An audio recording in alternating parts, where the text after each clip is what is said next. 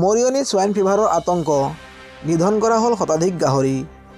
মৰিয়নি নকছাৰীত প্ৰশাসনে নিধন কৰিলে আফ্ৰিকান সোৱাইন ফিভাৰত আক্ৰান্ত শ গাহৰি।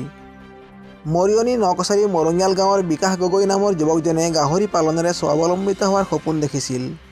কিন্তু আফ্ৰিকান সোৱাইন ফিভাৰত আক্ৰান্ত হোৱাৰ বাবে প্ৰশাসনে বিকাশৰ ফাৰ্মত থকা 100ৰো অধিক গাহৰি নিধন কৰিলে। এতিয়া ক্ষতিপূৰণ বিচাৰি চৰকাৰলৈ অনুৰোধ যুৱকজনৰ।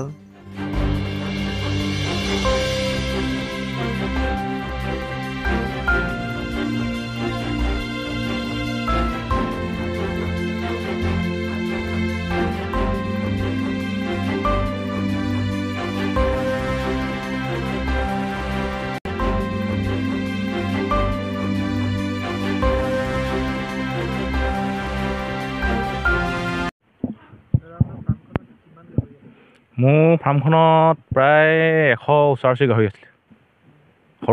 সৰু ডাঙৰ লগ লগাই 100 ওচৰা-ওচৰি গাহৰি হৈছিলে। চৰকাৰীভাৱে 72টা গাহৰি কালিং কৰিছে, তাৰ আগতে গাহৰি মৰিছে। তাৰপিছত আমি মানে সেই 72টা মৰাৰ আগতে যেতিয়া গাহৰি বেমাৰ হৈছিলে, আমি গাহৰিখিনি মৃত গাহৰি PM কৰিবলৈ আমি চৰকাৰী বিভাগক মাতিলোঁ আৰু তেওঁলোকে PM কৰি ৰিপৰ্টটো পাইছে আফ্ৰিকান সোৱাইন ফ্লু বুলি।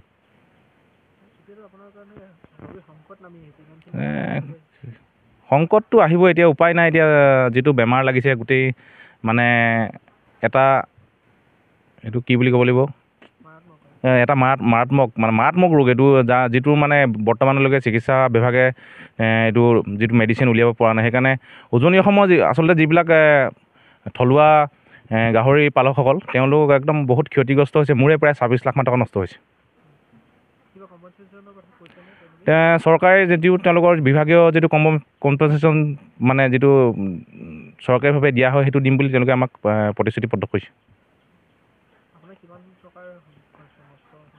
প্ৰায় 26 লাখ মান টকা মোৰ লোকচান হৈছে। মই মৰঙিয়াল, নকছাৰী মৰঙিয়াল গাঁও। মোৰ বিকাশ গগৈ। মৰিয়নিৰ পৰা সূৰ্য দাসৰ ৰিপৰ্ট, এনি এক্সপ্ৰেছ।